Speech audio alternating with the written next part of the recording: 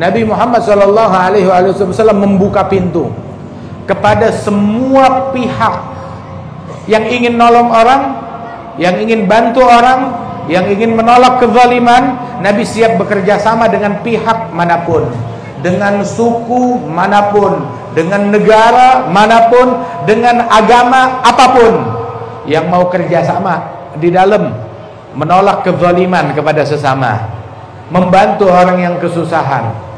Sehingga Rasulullah SAW beliau berkata, hadartu hilfan fil jahiliyah law du'itu ilaihi al-an la ajabtuh.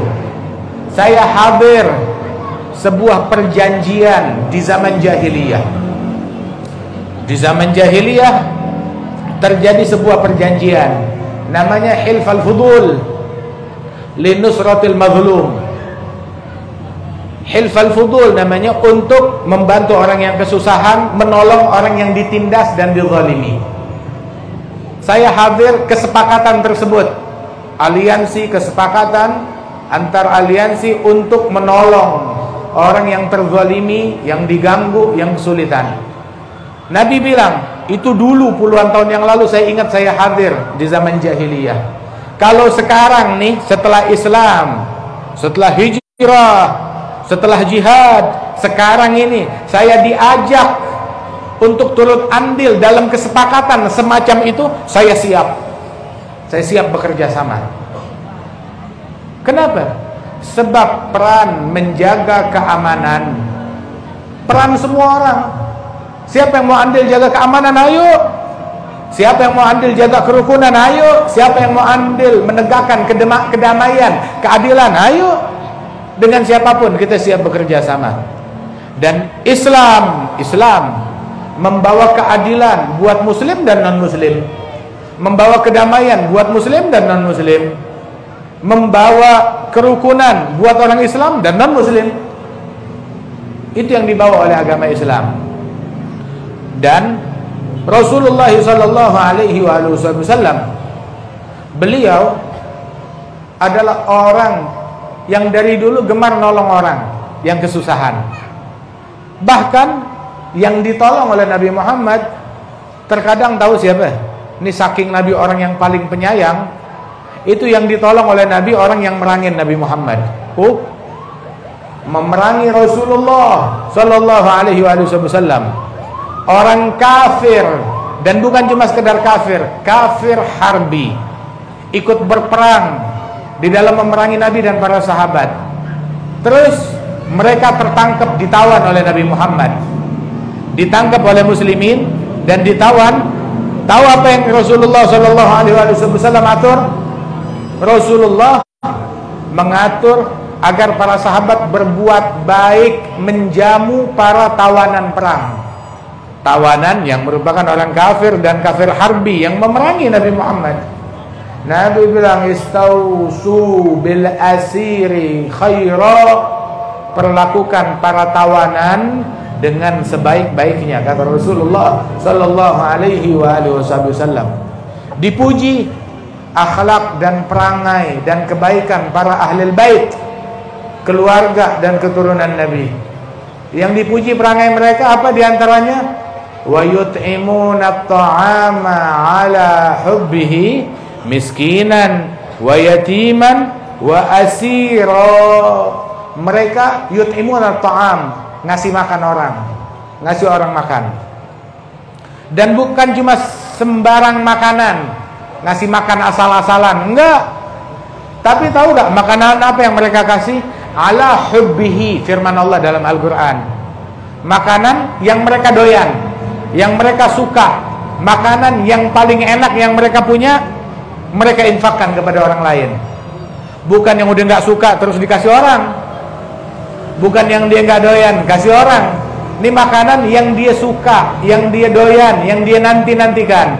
Yut'imuna ta'am ala hubbihi. Dikasih ke siapa? Miskin, orang miskin. Oke. Yatim, anak yatim. Oke.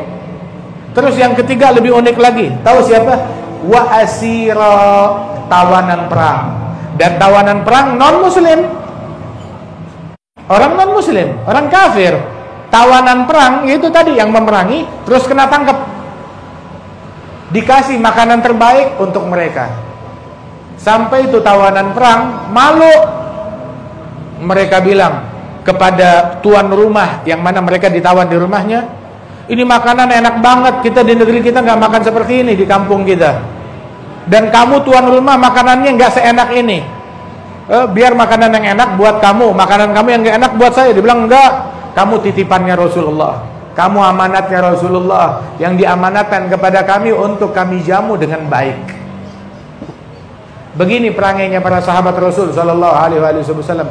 Kita belajar hak asasi manusia dari Nabi Muhammad,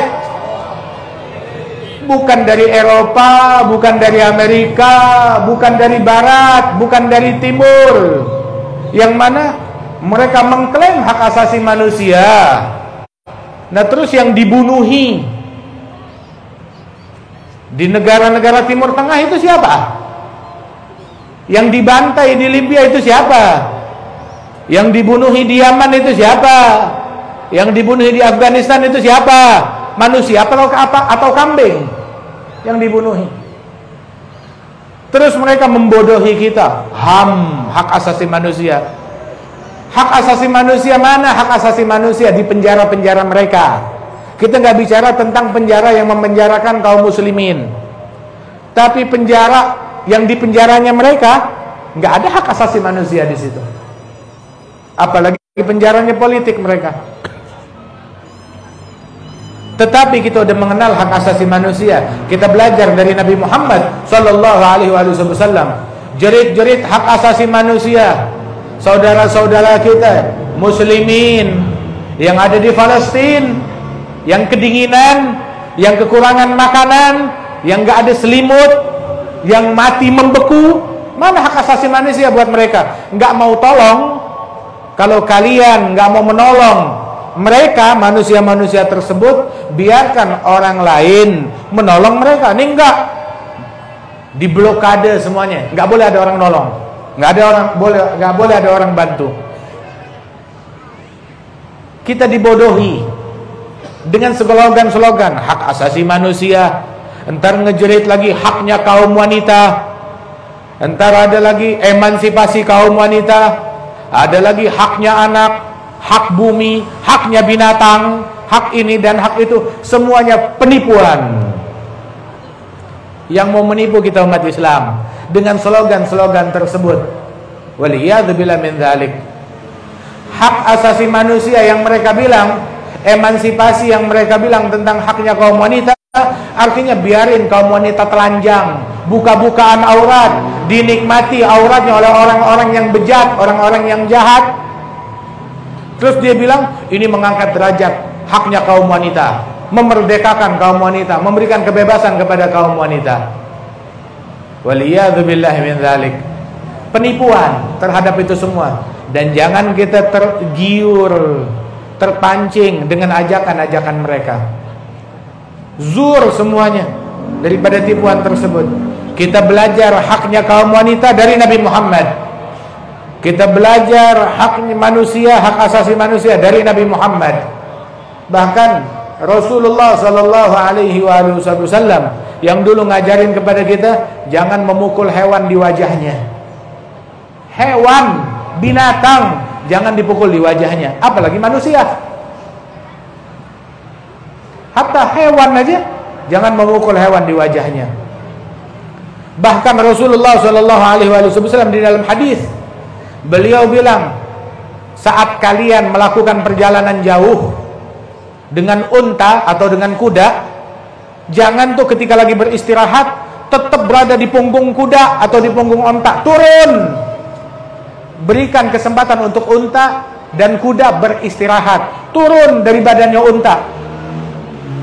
Terus Rasulullah sallallahu alaihi wasallam bilang, turunkan juga, lepaskan beban yang membebani kuda dan untuk unta kalian di waktu istirahat.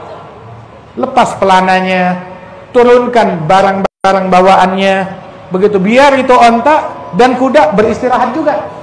Sampai sedemikian rupa dipikirkan oleh Nabi Muhammad sallallahu alaihi wasallam. tatkala Rasulullah SAW melihat orang menandai ontanya di wajah. Jadi ditandain tuh onta, diberikan cap dengan besi panas, biasanya di bagian belakang. Nah ini enggak, di wajahnya. Maka Nabi marah. Ini adalah kejahatan terhadap binatang. Mau nandain kenapa mesti di wajah? Yang mana sensitif wajah.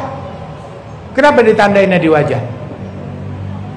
Dan Rasulullah SAW lam yadrib biyadihi basharan wala hayawanan wala amatan wala abdan. Enggak pernah memukul dengan tangannya itu manusia ataupun hewan ataupun hamba sahaya ataupun orang-orang non muslim. Enggak pernah dipukul dengan tangannya Rasulullah illa ayyakuna jihad fisabilillah, kecuali kalau itu dalam jihad di jalannya Allah Ta'ala. Lain daripada itu enggak pernah. Yang dikenal dari tangannya Nabi Muhammad harum, lembut, kedermawanan.